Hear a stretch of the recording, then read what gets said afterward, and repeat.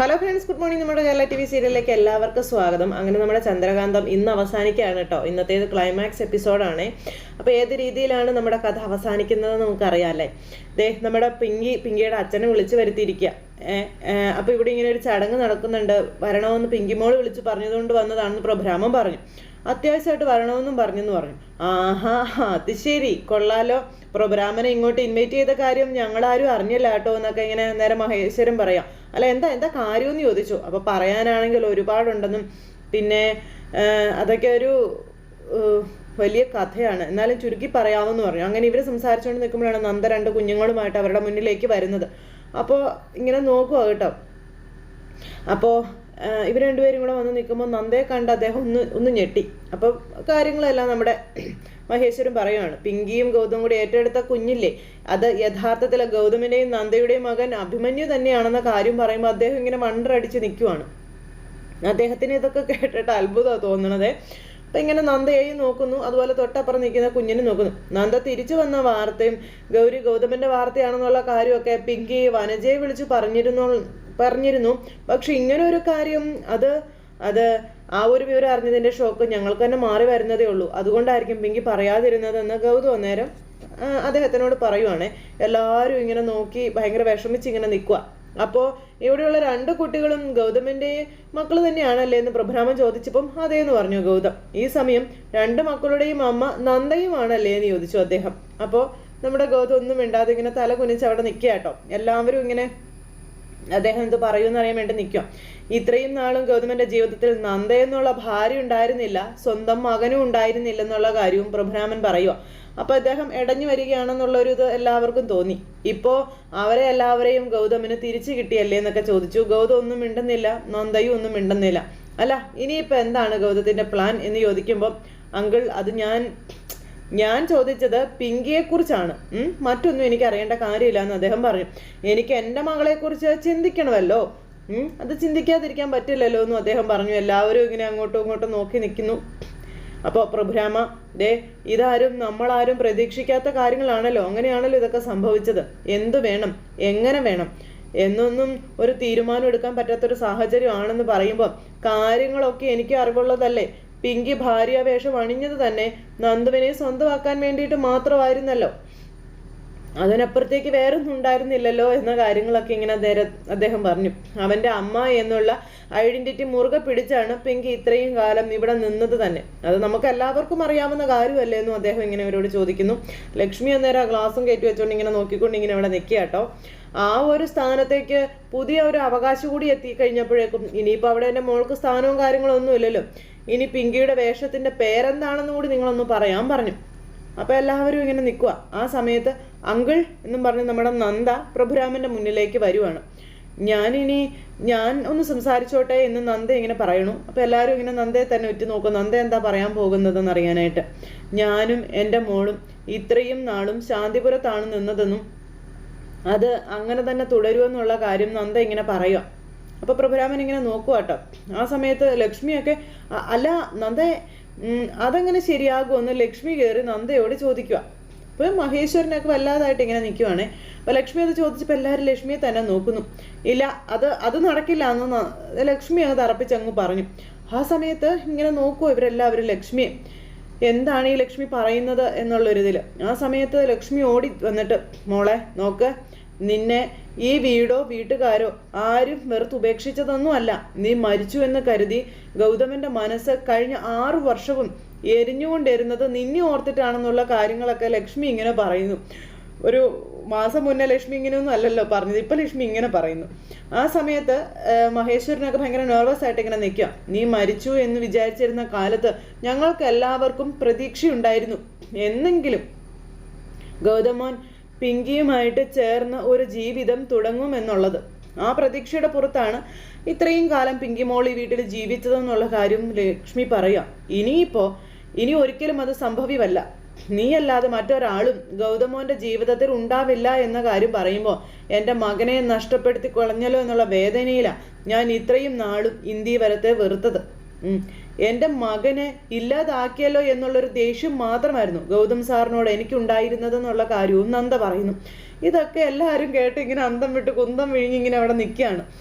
ആ സമയം പക്ഷെ ഇപ്പോൾ എനിക്ക് ആരോടും ദേഷ്യമോ വൈരാഗ്യമോ ഒന്നുമില്ല. ഇതുവരെ ഗൗതം സാർ അല്ലാതെ മറ്റൊരു പുരുഷൻ എൻ്റെ ജീവിതത്തിൽ ഉണ്ടായിട്ടുമില്ല എന്നുള്ള കാര്യമൊക്കെ നമ്മുടെ നന്ദ ഇങ്ങനെ പറഞ്ഞു. ഗൗതം ഇതൊക്കെ കേട്ടോണ്ട് ഇങ്ങനെ നിൽക്കുമല്ലേ. അപ്പം ഈ ഒരു സാഹചര്യത്തിൽ പിങ്കി ഉണ്ടായി എന്നുള്ളൊരു അർത്ഥമായിരിക്കാം ഒരു പക്ഷെ. സാരിയുടെ ഭാര്യയായി ജീവിക്കാൻ കഴിഞ്ഞ അതിൽ പരം മറ്റൊരു പുണ്യവും എനിക്കില്ല എന്ന് നന്ദ ഗൗതത്തിനോട് പറയുന്നു, ലക്ഷ്മിയോട് പറയുന്നു. എല്ലാം കറങ്ങിത്തിരിഞ്ഞു. പാവം പിങ്കി ഇപ്പം പെരുവഴിയാവുന്ന ആ ഒരു അവസ്ഥയിലാണ് വരുന്നത് കാര്യങ്ങൾ. അപ്പോൾ അകത്തു നിന്നും നമ്മുടെ മോഹിനി, പവിത്ര എല്ലാവരും അങ്ങോട്ടും ഇങ്ങോട്ടൊക്കെ നോക്കുന്നു. പക്ഷേ ഇപ്പോഴെനിക്ക് പിങ്കിയുടെ കാര്യം അതെനിക്ക് പരിഗണിച്ചേ പറ്റുമെന്ന് നന്ദ പറയുക. എൻ്റെ മകനെ പ്രസവിച്ചത് അവളല്ലേ എന്ന് നന്ദ ചോദിക്കുക. ഇത്രയും നാള് എൻ്റെ ആബ്സെൻസിൽ എൻ്റെ കുഞ്ഞിനെ വളർത്തി വലുതാക്കിയതും അവൾ തന്നെയല്ലേ എന്നൊക്കെ ഇങ്ങനെ നമ്മുടെ നന്ദ ചോദിക്കുക. അപ്പം നന്ദയുടെ നല്ല മനസ്സ് അതാണ് നന്ദ ഇവിടെ പറയുന്നത്. എല്ലാവരും ഇങ്ങനെ നന്ദ പറയുന്നതൊക്കെ കേട്ട് ഇങ്ങനെ വിശ്വസിക്കാൻ പറ്റാതെ നിൽക്കുക. അപ്പം പിന്നെ ഏത് സിംഹാസനവും ഞാൻ അവൾക്ക് വേണ്ടി വിട്ട് നൽകുമെന്ന് നന്ദ ഇങ്ങനെ പറയുക. അതൊക്കെ കേട്ട് നമ്മുടെ ഗൗതം ഇങ്ങനെ അന്തം വിട്ട് നിൽക്കുക. ഗൗതം സാറിനെ പോലും ഞാൻ വിട്ടുകൊടുക്കാൻ തയ്യാറാണ് എന്ന് നമ്മുടെ നന്ദ പറയുമ്പോൾ ഉണ്ടല്ലോ, അയ്യോ എല്ലാവരും നടുങ്ങിപ്പോയി. എല്ലാവരും നടുങ്ങി വരച്ചിങ്ങനെ നിൽക്കുക. ആ സമയത്ത് നമ്മുടെ പിങ്കി അങ്ങോട്ടേക്ക് വരുന്നു. പിങ്കി അങ്ങോട്ടേക്ക് വന്ന് ഇതിനെല്ലാം സാക്ഷ്യം വഹിച്ചിങ്ങനെ അവിടെ നിൽക്കുവാണ്. അങ്ങനെ പിങ്കി അങ്ങോട്ടേക്ക് ബാഗൊക്കെ ആയിട്ട് ഇറങ്ങി വന്നു കഴിഞ്ഞപ്പോഴത്തേക്കും എല്ലാവരും പിങ്കിയെ തന്നെ ഉറ്റു നോക്കിക്കൊണ്ട് ഇങ്ങനെ നിൽക്കുകയാണ്. ഒരിക്കലും പിങ്കി അങ്ങനെ ഇറങ്ങി വരുമെന്ന് ഇവരാരും പ്രതീക്ഷിച്ചില്ലല്ലോ. ആ സമയം പപ്പ വന്നിട്ട് ഒരുപാട് നേരമായെന്ന് ചോദിച്ചു. അപ്പോൾ കുറച്ച് സമയമായി മോളെ എന്ന് പറഞ്ഞു. ഞാൻ വരുവാ പപ്പയുടെ കൂടെ, അതിനാ ഞാൻ പപ്പയെ വിളിച്ചു വരുത്തിയതെന്നുള്ള കാര്യം നമ്മുടെ പിങ്കി ഇങ്ങനെ അച്ഛനോട് പറയുന്നു. അപ്പോഴും എല്ലാവരും ഇങ്ങനെ അത്ഭുതകരമായിട്ട് നോക്കി നിൽക്കുന്നു. ആർക്കും അങ്ങോട്ട് വിശ്വസിക്കാൻ പറ്റുന്നില്ല പിങ്കി ഇങ്ങനെ ചെടപെട എന്ന് പറഞ്ഞ തീരുമാനങ്ങൾ എടുക്കുന്നത്. എനിക്ക് മനസ്സിലാകും ഇന്ദീവരത്തിൻ്റെ ധർമ്മസങ്കടമൊക്കെ. എന്നോട് ഇവർക്ക് ആർക്കും ഇറങ്ങിപ്പോവാൻ പറയാനൊന്നും പറ്റത്തില്ലല്ലോ എന്ന് പിങ്കി ഇങ്ങനെ പറയുമ്പോഴും എല്ലാവരും ഇങ്ങനെ ദയനീയമായിട്ട് ഇങ്ങനെ നോക്കി നിൽക്കുക പിങ്കിയെ. പിങ്കി തന്നെ സ്വയം തീരുമാനം എടുത്ത് പോവുകയാണല്ലോ. അപ്പം അങ്ങനെ പണ്ട് ഗൗതം എന്നെ ഉപേക്ഷിച്ചപ്പോഴേ ഞാൻ പിരിഞ്ഞു പോയാൽ മതിയായിരുന്നു എന്ന് പിങ്കി ഇങ്ങനെ പറയാം. പിങ്കി എന്നും പറഞ്ഞ് നന്ദയാ നേരം വിളിച്ചു. ലക്ഷ്മിയൊക്കെ ഭയങ്കര സങ്കടപ്പെട്ട് ഇങ്ങനെ നിൽക്കുക കേട്ടോ പിങ്കിയുടെ ഒരു അവസ്ഥ കണ്ടിട്ട്. അതിനു പകരം ഇവിടെ ജീവിക്കാൻ വേണ്ടി ഞാൻ ഒരുപാട് ശ്രമങ്ങൾ നടത്തി, അതെല്ലാം വിഫലമായി പോയി എന്നുള്ള കാര്യങ്ങളും പിങ്കി ഇങ്ങനെ പറയുക. ജീവിതത്തിൽ ഞാൻ ആഗ്രഹിച്ചതുപോലെ ഇവിടെ ജീവിക്കാമെന്നുള്ളത് ഏറെക്കുറെ വിജയത്തിൽ വന്നപ്പോൾ ഈശ്വരൻ തന്നെ തീരുമാനിച്ചു ഞാനിവിടെ വേണ്ട എന്നുള്ളത്. അതുകൊണ്ടാണ് ഇതൊക്കെ ഇങ്ങനെയൊക്കെ സംഭവിച്ചത്. പിന്നെ മറ്റൊരു വിവാഹത്തിൽ നിന്നായിരുന്നു റീഎൻട്രി. അങ്ങനെ ഞാൻ അഭിമന്യുവിൻ്റെ അമ്മയായി. അതും നന്നായിട്ട് തന്നെ ചെയ്തു. ഇപ്പോൾ അവസാനത്തെ വേഷവും അഴിച്ചു വെക്കേണ്ടി വന്നു എന്നുള്ള കാര്യവും പിങ്കി ഇങ്ങനെ പറയും. ഇതൊക്കെ കേട്ട് നന്ദ ഇങ്ങനെ ആകെ തകർന്നു നിൽക്കുക. പിങ്കി ഇങ്ങനെ ഭയങ്കരമായിട്ട് നിന്ന് സംസാരിച്ചുകൊണ്ടിരിക്കുക, എല്ലാവരും വിഷമിപ്പിക്കുന്ന തരത്തിൽ. അപ്പോൾ ഇനിയിപ്പോൾ എനിക്ക് ഇവിടെ നിൽക്കാൻ മറ്റ് കാരണങ്ങളൊന്നും ഇല്ലല്ലോ എന്നുള്ള കാര്യമൊക്കെ നമ്മുടെ പിങ്കി ഇങ്ങനെ അവിടെ പറയുമ്പോഴും എല്ലാവരും ഇതെല്ലാം കേട്ട് സാക്ഷ്യം വെച്ചുകൊണ്ട് കാര്യം ഒന്നും മിണ്ടുന്നില്ല. പിങ്കിക്ക് പറയാനുള്ള കാര്യങ്ങളെല്ലാം പിങ്കി ഇങ്ങനെ അവിടെ നിന്ന് പറയുന്നുണ്ട്. ഇനിയിപ്പോൾ എൻ്റെ ആവശ്യം ഇവിടെ എന്താ, ആത്മഹത്യ ചെയ്യാനാണെങ്കിൽ എനിക്ക് തീരെ ധൈര്യമില്ല പപ്പ എന്നും പറഞ്ഞുകൊണ്ട് നമ്മുടെ പിങ്കി ഇങ്ങനെ സ്വയം ഇതായി സംസാരിച്ചുകൊണ്ടിരിക്കുന്നു. അപ്പം നന്ദ ഓടി വന്ന് പിങ്കിയുടെ കൈകളിൽ പിടിച്ചിട്ട് നീ എന്താ പിങ്കി പറയുന്നതെന്ന് ചോദിച്ചു. അപ്പോൾ നിന്റെ ജീവിതം തട്ടിയെടുക്കാൻ നോക്കിയതിന് ദൈവം തന്ന ശിക്ഷ എനിക്ക്. അന്ന് നീ സ്വന്തം മകന് വേണ്ടി എന്നോട് കെഞ്ചി, എന്നിട്ടും ഞാൻ അഭിമാനം പിടിച്ചു വയ്ക്കുകയാണ് ചെയ്തതെന്നും പിന്നെ ഞാൻ അന്ന് ചെയ്ത തെറ്റുകളുടെ ശിക്ഷയായിരിക്കും ഇതെല്ലാം എന്ന് പിങ്കി നന്ദയോട് തൻ്റെ തെറ്റുകളെല്ലാം ഏറ്റു പറയുന്നു. ഇതിനെല്ലാവരും സാക്ഷ്യം വഹിക്കുക കേട്ടോ. അപ്പോൾ ആർക്കും ഒന്നും പറയാനുമില്ല. സ്വന്തമായിട്ട് കരുതി സ്നേഹിച്ചിട്ടും ഇപ്പോൾ എൻ്റെ നന്ദൂട്ടനെ എനിക്ക് നഷ്ടപ്പെട്ടു പോയില്ലേ എന്ന് നമ്മുടെ പിങ്കി ഇങ്ങനെ പറയുന്നു. ഗൗതം ഇതിൻ്റെ രണ്ടിൻ്റെ നടുക്ക് ഇങ്ങനെ നിൽക്കും, ഒന്നും മിണ്ടാൻ കഴിയാതെ. ഗൗതം ഭയങ്കരമായിട്ട് എന്താ പറയുന്നത് ഒരു ഇതായിട്ട് ഇങ്ങനെ നിൽക്കുക. അപ്പോൾ ആരോടും ഞാൻ യാത്ര പറയുന്നില്ല, പോട്ടെ എന്നും പറഞ്ഞുകൊണ്ട് പിങ്കി പോകാൻ ഇറങ്ങുക. പിങ്കി പോകരുതെന്നും പറഞ്ഞ് നന്ദ കാല് പിടിക്കുകയാണ്.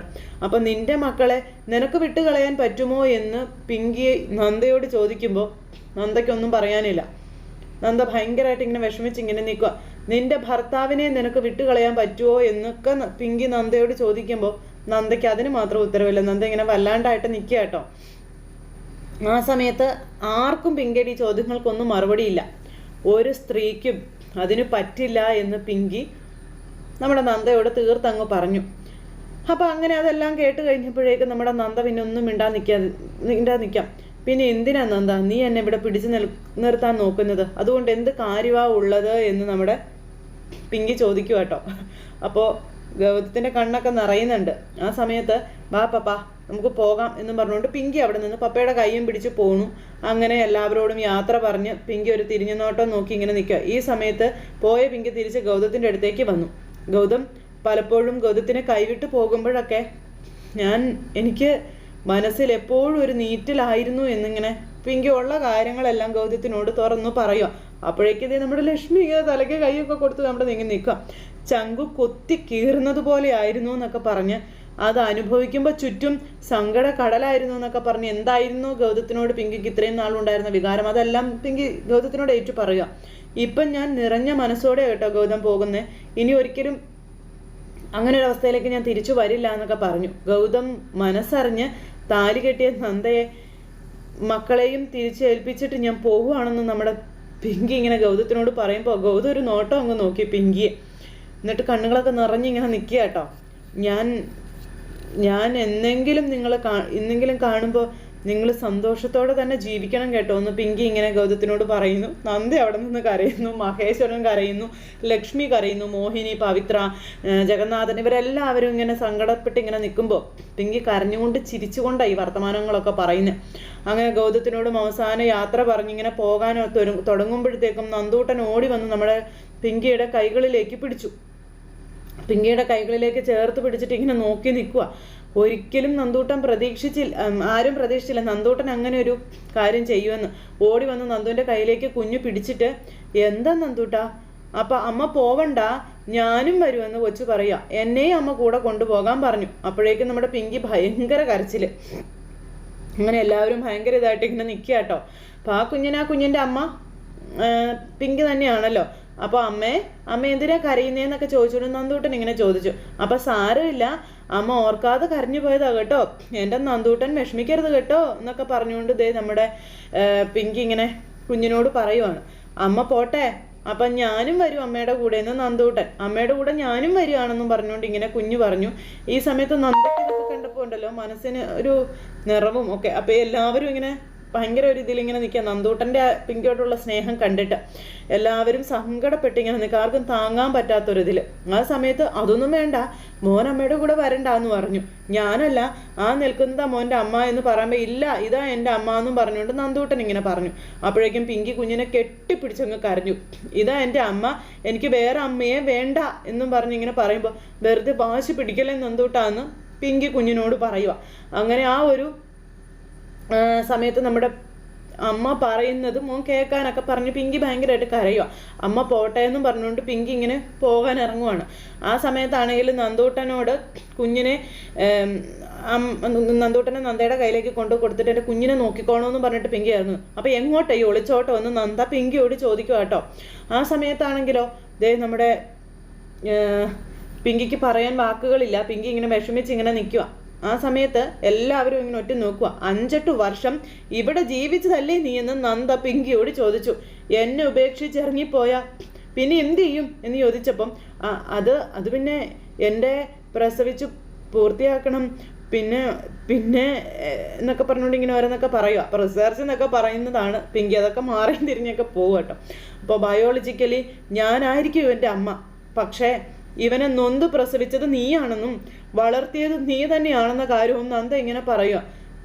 ഇവനെയെങ്കിലും ഞാൻ നിനക്ക് വിട്ട് തന്നില്ല എന്നുണ്ടെങ്കിൽ നിനക്ക് ജീവിക്കാൻ കാരണങ്ങൾ ഇല്ലാതാകുമെന്ന് എനിക്ക് അറിയാം പിങ്കി എന്ന് നമ്മുടെ നന്ദ ഇങ്ങനെ പിങ്കിയോട് പറയുന്നു. എല്ലാവരും അന്തം വിട്ടിങ്ങനെ നിൽക്കുക കേട്ടോ. ആർക്കും ഇത് നന്ദ ഇങ്ങനെയൊക്കെ ചെയ്യുമെന്ന് പ്രതീക്ഷിക്കാനേ കഴിയുന്നില്ലല്ലോ. ആ സമയത്ത് എടുത്തോ നീ എൻ്റെ മോനെ എടുത്തോ എന്ന് പറഞ്ഞ് പിങ്കിക്ക് കൊടുക്കുക നന്ദ. ആ സമയത്ത് പൂർണ്ണ മനസ്സോടെ ഞാൻ വിട്ടു തരിക എൻ്റെ മോനെ നിനക്ക് എന്ന് നമ്മുടെ നന്ദ പറയുമ്പോണ്ടല്ലോ പിങ്കി ആണെങ്കിൽ എന്ത് പറയണമെന്ന് അറിയില്ല. അങ്ങനെ എല്ലാവരും നോക്കി നിൽക്കെ നമ്മുടെ നന്ദൂട്ടനെ പിങ്കിക്ക് കൊടുക്കുക നന്ദ.